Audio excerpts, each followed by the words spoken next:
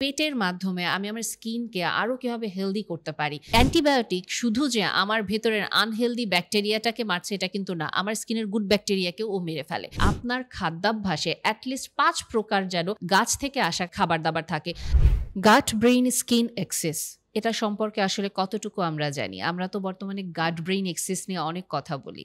কিন্তু গাট brain skin axis বলেও কিন্তু একটা টার্ম আছে এবং আমরা একটা জিনিস কি দেখেন, আমরা আমাদের স্কিনটাকে সুন্দর করার জন্য বাহির থেকে অনেক প্রোডাক্ট আমরা ইউজ করি এবং আরেক দিকে আমাদের পেটের ভেতরের অবস্থা খুবই দুর্বিষহ, খুবই শোচনীয় থাকে এবং একটা পর্যায়ে গিয়ে আমরা আবিষ্কার করি আমার স্কিন আসলেই হয়তো অনেক বেশি রুক্ষ, অনেক বেশি ব্রণ হচ্ছে এবং আমার স্কিনের যে গ্লোয়ি যে ফেসটা আসার কথা ওটা আসছে না। আমি তো অনেক প্রোডাক্ট ইউজ করছি তারপরেও কেন হচ্ছে না? এবং আমরা কিন্তু খেয়াল করি না আমি কি আসলে প্রপার নিউট্রিশনটা পাচ্ছি কিনা এবং আমাদের মেয়েদের ক্ষেত্রে, ছেলেদের ক্ষেত্রেও এটা হয়। আমরা মেয়েরা কিন্তু এটাতে খুব বাজেভাবে সাফার করি এবং আমরা আমাদের বডি অ্যাপিয়ারেন্স নিয়ে, আমাদের ফেসিয়াল স্কিন টোন নিয়ে আমরা এত বাজেভাবে ডিপ্রেশনে চলে যাই আমরা কিন্তু এটা মানতেই পারি না। আমরা খুব হীনমন্যতায় ভুগি। এটা কিন্তু ছেলে-মেয়ে উভয়ের ক্ষেত্রেই হয়, বাট মেয়েদের ক্ষেত্রে একটু বেশি হয়। কারণ মেয়েদের স্কিন টোন নিয়ে বেশি কথা বলে। সো নিউট্রিশনের পার্ট থেকে এটা আমরা আসলে কিভাবে ডিল করতে পারি বা এটা আসলে কেন আমার স্কিনে এই একনি দূর হচ্ছে না? প্রথমেই যদি আমি কিছু পয়েন্ট করে বলি যে আসলে কেন আমাদের গাট, ব্রেইন, স্কিনের যে এক্সেসটা এটা খুব মারাত্মকভাবে ক্ষতিগ্রস্ত হয়ে যায়। দেখেন জিনিসটা এরকম যে কাইন্ড অফ আমার শরীরে যখন কোনো একটা স্ট্রেস আসছে, কর্টিসল হরমোনটা বেড়ে যায়। এটা তো আমি সবসময় বলতেই থাকি এবং আমার বডিতে যখন কোনো একটা ইনফ্লামেশন হয়, সেটা যদি পেটেই হয় বা শরীরের কোথাও হয়, আল্টিমেটলি কি হয় আমার কর্টিসল সিক্রেশনটা বেড়ে যায় এবং ব্রেইনের এই ব্যালেন্সটা তো মেইনটেইন করে, তাই না? কাজেই জিনিসটা কি আমরা যেহেতু গাট ব্রেইন এক্সিস নিয়ে কথা বলছি, সো আমি পেট থেকে শুরু করব। সো আমার পেটে এমন কোনো খাবার আমি দিচ্ছি যেটা আমার পেট হজম করতে পারছে না বা কোনো একটা প্রবলেম হচ্ছে। সো কি করবে? কর্টিসল হরমোনটা বাড়ায় দিবে। ব্রেইন ওই ব্যালেন্সটাকে করতে পারবে না এবং ও যখন ওই কর্টিসল হরমোনটাকে বাড়াবে, অন্যান্য হরমোনে এফেক্ট হবে এবং অন্যান্য এফেকশনের কারণে আস্তে, আস্তে করে আমার স্কিনে ডেফিনিটলি বাম্প আসা স্টার্ট করবে। একনি হবে বা অন্য কোনো মানে অ্যান্টি এইজিং যে ক্রিম মাখছি এরপরেও বয়সটা বেড়ে যাচ্ছে, চামড়া কুঁচকে যাচ্ছে, এরকম বিভিন্ন প্রসেস কিন্তু চলে আসে। সো আমরা এই যে মেকানিজমটা এটাকে আমরা কিভাবে আরেকটু বেটার করতে পারি? পেটের মাধ্যমে আমি আমার স্কিনকে আরো কিভাবে হেলদি করতে পারি? এটা অবশ্যই শেষে বলব। কিন্তু কি কারণে আসলে আমার স্কিন এফেক্টেড হয়ে যায় পেট থেকে এটা একটু বলার চেষ্টা করি। খুব স্বাভাবিকভাবেই আমাদের অনেক সময় গাটের যে লাইনিংটা এটা তো প্রচুর বলা হয় যে গাট লাইনিং বা পেটের যে একটা আস্তর বা আবরণ থাকে এটা অনেক সময় নষ্ট হয়ে যায় এবং ওই আস্তর বা আবরণটা যখন থাকে আমরা যে খাবারটা খাই, যে নিউট্রিশনটা বা নিউট্রিয়েন্ট বা ভিটামিন মিনারেল যাই বলেন না কেন ওটার কি তাহলে ওই যে একটা নলের মধ্য দিয়ে তো আমাদের যে বৃহদান্ত ক্ষুদ্রান্ত ওটার ভিতর দিয়ে হজম হয়ে সুন্দর করে আমাদের নিউট্রিশনগুলো অ্যাবজর্ব হয়। সো এটা আমার পেটের যখন লাইনিংটা থাকছে ওটা যখন নষ্ট হয়ে যাচ্ছে ও কি তখন শুধুমাত্র গুড ব্যাকটেরিয়া কি তখন রাখতে পারছে? তখন কিন্তু ব্যাড ব্যাকটেরিয়াও আস্তে, আস্তে ওই যে লাইনিংটা ভেঙে যাচ্ছে। স্বাভাবিকভাবেই গুড ব্যাকটেরিয়ার সাথে ব্যাড ব্যাকটেরিয়ার একটা ইনভাশন হয়ে যাবে এবং ওখান থেকেই দেখা যায় যে মিসম্যানেজমেন্ট হচ্ছে এবং আমার বডি ওই মিসম্যানেজমেন্টের সাইনটা আমার স্কিনের মাধ্যমে নিয়ে আসছে। সো আমার গাট লাইনিংটা মজবুত হচ্ছে না, ভেঙে যাচ্ছে কোনো কারণে এবং এটা কি কারণে ভাঙছে? ডেফিনিটলি আমরা আনহেলদি খাবার খাচ্ছি বা আমাদের স্ট্রেস ম্যানেজ করতে পারি না, আমাদের ঘুম ঠিকমতো হচ্ছে না, এরকম বিভিন্ন কারণে হয়ে থাকে বা আমরা খুব হাইলি স্পাইসি ফুড খাচ্ছি, আল্ট্রা প্রসেস ফুড খাচ্ছি, প্রত্যেকটা আমাদের গাট মেমব্রেনকে ক্ষতিগ্রস্ত করতে থাকে। আরেকটা জিনিস যেটা হয়ে থাকে, আমি তো সবসময় গুড ব্যাকটেরিয়া, গাট ব্যাকটেরিয়া বলতেই থাকি। সো ওই গুড ব্যাকটেরিয়া আর ব্যাড ব্যাকটেরিয়ার যে একটা কম্বিনেশন আমাদের পেটের ভিতরে থাকে, তখন যদি ব্যাড ব্যাকটেরিয়ার পরিমাণটা অনেক বেশি বেড়ে যায়, আনহেলদি প্রসেসড ফুড খাচ্ছি বা আমি আমার লাইফস্টাইলে কোনো ডিসিপ্লিন মেইনটেইন করতে পারছি না, তখন ডেফিনিটলি আমার পেটে ওই খারাপ আনহেলদি ব্যাকটেরিয়া বাড়তে থাকবে। গুড ব্যাকটেরিয়াকে ও মানে আস্তে, আস্তে কমিয়ে ফেলতে থাকবে বা ওর সাথে যুদ্ধে জিতে যেতে থাকবে। গাট ডিসবায়োসিস যেটা আমরা বলি এবং ওই সময়টাতেও কিন্তু সেম রিঅ্যাকশন আসবে। আমার স্কিনেই বাম্পি স্কিন আসবে। অনেক সময় এখান থেকে এক্সিমা আসতে পারে, সোরিয়াসিস আসতে পারে এবং দেখবেন যে সোরিয়াসিস হলে কিন্তু স্কিনের ডক্টররা বলে দেয় আপনি এটা খাবেন না, ওটা খাবেন না, কিছু আমাদের ফুড সেন্সিটিভিটি তৈরি হয়ে যায়। সো এর পরের পয়েন্টটা হচ্ছে অ্যাকচুয়ালি ফুড সেন্সিটিভিটি। অনেক সময় আমরা হয়তো বুঝতেও পারি না যে এই খাবারটায় আমার প্রবলেম আছে। কেউ আমরা বুঝতে পারি, যে কারণে আমাদেরকে কেউ এসে বলেন যে আপু আমি হয়তো গ্লুটেনটা স্যুট করে না আমাকে, বা আমাকে হয়তো দুধটা স্যুট করে না, বা শাকসবজিটা খেতে পারি না, আমার হয়তো IBS এর প্রবলেম হচ্ছে, বা এটা খেলে আমার সোরিয়াসিসটা বেড়ে যাচ্ছে। সো ফুড সেন্সিটিভিটিও কিন্তু একটা রিজন যেটার কারণে আমাদের স্কিনে একনিটা হতে পারে। এবং আরেকটা জিনিস যেটা আমাদের বর্তমানে অনেকেরই কিন্তু দেখা যায় অনেক সময় ইনফেকশন লেগেই থাকে, এবং এই ইনফেকশন লেগে থাকার কারণে আমরা অ্যান্টিবায়োটিক ইউজ করি। আবার অনেক সময় আমরা অ্যান্টিবায়োটিকের একটা যথেচ্ছ ব্যবহার করি। হয়তো আমার অ্যান্টিবায়োটিক ব্যবহার করার দরকারও নেই, জাস্ট আমি ফার্মেসি থেকে কেউ একজন বললো আমাকে যে তুমি এটা অ্যান্টিবায়োটিক খাও, 2 দিনে কাজ শেষ হয়ে যাবে, আমি ওই যে অ্যান্টিবায়োটিকটা মিস ইউজ করলাম। অ্যান্টিবায়োটিক শুধু যে আমার ভেতরের আনহেলদি ব্যাকটেরিয়াটাকে মারছে এটা কিন্তু না, আমার স্কিনের গুড ব্যাকটেরিয়াকেও ও মেরে ফেলে। সো এই জিনিসটা খেয়াল করেন, আমার পেটের এবং স্কিনের সব জায়গার গুড ব্যাকটেরিয়াকে যদি অ্যান্টিবায়োটিক মেরেই ফেলে এরকম মিস ইউজ করার কারণে, আমার স্কিনে কি একটা প্রভাব পড়বে না? আরও যে জিনিসটা আরেকটা হয় যে স্মল ইন্টেস্টাইন মানে ক্ষুদ্রান্তে ব্যাকটেরিয়াল ওভারগ্রোথ হয়ে থাকে। এগেইন আমি যখন আনহেলদি ফুড প্রোডাক্ট ইউজ করছি, বা আমি অনেক সময় দেখা যাচ্ছে ঘুমাচ্ছি না, আমার স্ট্রেস লেভেল অনেক বেশি হাই, বা আমি দেখা যাচ্ছে খুব আনহেলদি একটা লাইফস্টাইলে থাকছি, কন্টিনিউস শুধু বিঞ্জ করি, কোনো মুভমেন্ট নাই, কোনো কিছু নাই, আস্তে আস্তে করে আমার স্মল ইন্টেস্টাইন মানে আমার ক্ষুদ্রান্তে আমার হজমের যে নালীটা ওখানে অসম্ভব রকমভাবে আনহেলদি ব্যাকটেরিয়ার গ্রোথটা বেড়ে যাবে। এগেইন এই জিনিসটা কি হবে, আমার স্কিনে ইম্প্যাক্ট করবে।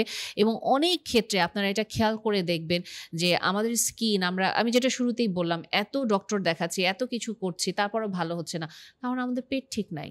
সো তাহলে আমি আমার এই যে স্ট্রেস বা স্লিপ বা এগুলোকে ওভারঅল কোনো কিছুকে পাত্তা না দিয়ে আমি কি আমার স্কিনটাকে ভালো করতে পারবো? দিনের পর দিন ডক্টরের কাছে গিয়ে লাখ লাখ টাকা খরচ করে, এবং এই বডি ইনসিকিউরিটি নিয়ে, বা আমার যে ফেশিয়াল স্কিন টোনের যে ইনসিকিউরিটি, এইটাকেও কি আমি ঠিক করতে পারবো? আমি এটা পারবো না। তাহলে আমি জিনিসটা কি করতে পারি?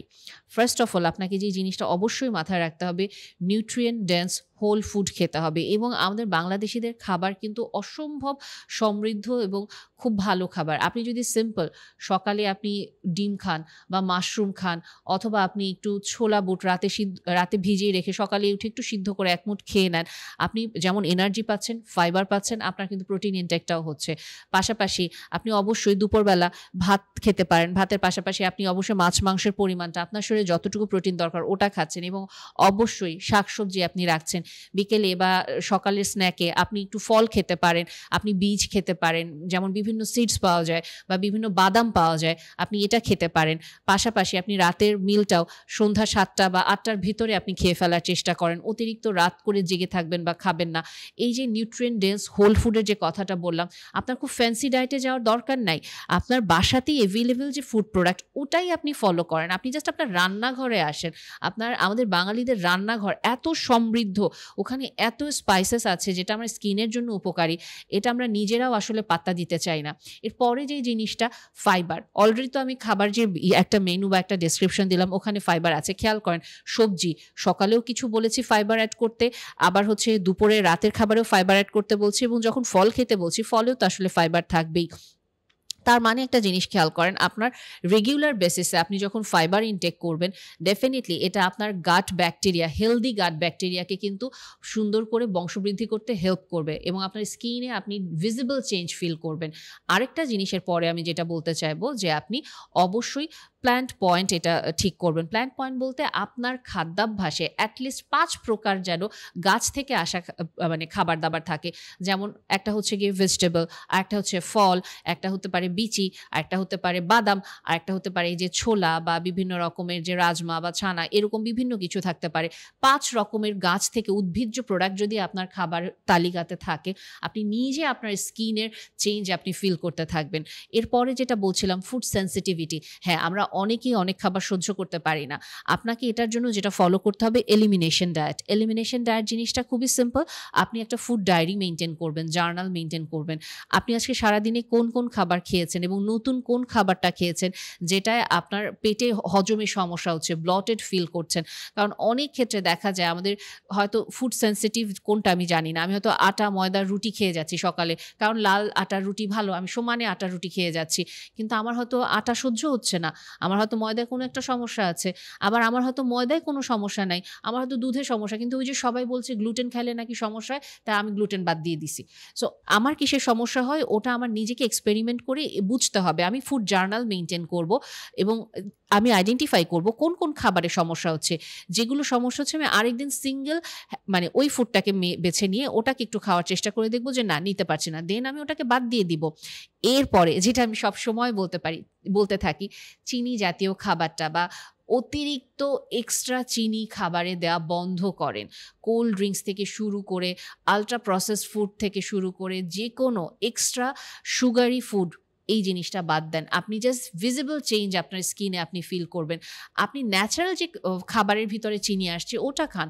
আপনার ভাতে তো অলরেডি কার্বোহাইড্রেট থাকে। আপনি যে ফল খাবেন, ফলে আপনি আপেল বলেন, আম বলেন, খেজুর বলেন, কলা বলেন, ওটাতেও তো আপনি সুগার একটা বা আপনি যে গ্লুকোজের সোর্সটা পাচ্ছেন। সো আপনার তো এক্সট্রা করে গ্লুকোজ বা সুগার নেওয়ার কোনো দরকার নেই। আপনি যখন কন্টিনিউয়াস প্রসেসড ফুডটা নিচ্ছেন, আপনি আলাদা করে চিনি খাচ্ছেন চায়ে, বা আলাদা করে আপনি হয়তো চিনির পরিবর্তে স্টেভিয়া খাচ্ছেন, এটা প্রত্যেকটাই তো আসলে চিনির পরিপূরকে আসছে। সো এটা তো আপনার ফুড ক্রেভিংটাকে আরও বাড়াচ্ছে, আনহেলদি ফুড ক্রেভিং বাড়াচ্ছে, আপনার চিনির প্রতি ক্রেভিংটা বাড়াচ্ছে। সো আপনি আপনার নিজেকে যখন, বিলিভ মি, আমি যে ফার্স্ট 3টা পয়েন্ট বললাম, হোল নিউট্রিয়েন্ট ডেন্স ফুড বললাম, আপনাকে আমি প্ল্যান্ট পয়েন্ট বললাম, আমি আপনাকে ফাইবার বাড়াতে বললাম, এই 3টা অ্যাটলিস্ট আপনি যদি করতে পারেন এবং আপনি যদি এলিমিনেশন ডায়েটে এসে আপনার ফুড সেন্সিটিভিটি বুঝে যান, আপনি একটা পর্যায়ে দেখবেন যে আপনার আর ফুড ক্রেভিং কাজ করছে না। আপনি খাবারটা দেখলেও যেটা আনহেলদি আপনি আস্তে করে ওটাকে সরাতে পারছেন, কারণ আপনি পর্যাপ্ত পরিমাণে প্রোটিন দিচ্ছেন আপনার বডিকে, পর্যাপ্ত পরিমাণে ফাইবার দিচ্ছেন, পর্যাপ্ত পরিমাণে উদ্ভিজ্জ প্রোডাক্ট মানে ন্যাচারাল প্রোডাক্ট দিচ্ছেন, আর্টিফিশিয়াল প্রোডাক্ট থেকে আপনি সরে যাচ্ছেন, আপনার বডি রিল্যাক্স হয়ে যাচ্ছে। ও তখন আপনার ব্রেন যতই আপনাকে নেগেটিভ সিগন্যাল দিক না কেন, আপনার পেট আপনাকে স্থির রাখবে। কারণ আমি সবসময় বলি গাট ব্রেইন এক্সিস খুবই মানে স্ট্রংলি কানেক্টেড। এখন আমার টার্গেট স্কিনের সাথে ওর কানেকশনটাকে বিল্ড করা। আর লাস্টলি ঘুম। এটা আমার অসম্ভব খারাপ লাগে যখন আমি দেখি একজন মানুষ তার স্কিনের পিছনে লাখ লাখ টাকা খরচ করছে, কিন্তু উনি রাতে ঘুমান না, উনি সারা রাত জেগে থাকেন। কারণ ওনার একটাই পয়েন্ট, আমি সারাদিন পরে রাতেই একটু রিল্যাক্স টাইম পাই, আমি রাতে যদি মোবাইলটা স্ক্রল না করি তাহলে কি হবে। রাত আপনার ঘুমানোর জন্য। আপনি রাতে যেই সময়টাতে মোবাইল স্ক্রল করতে চান আপনি সকালে উঠে করেন, এবং আপনি খেয়াল করেন তো সকালে আপনি আসলে কি এরকম মোবাইল বিঞ্জ করতে পারেন নাকি? যদি না করতে পারেন ধরে নেন এটা আপনার জন্য তাহলে আনহেলদি, এর জন্য আপনি পারছেন না। বাট রাতটা ঘুমানোর জন্য।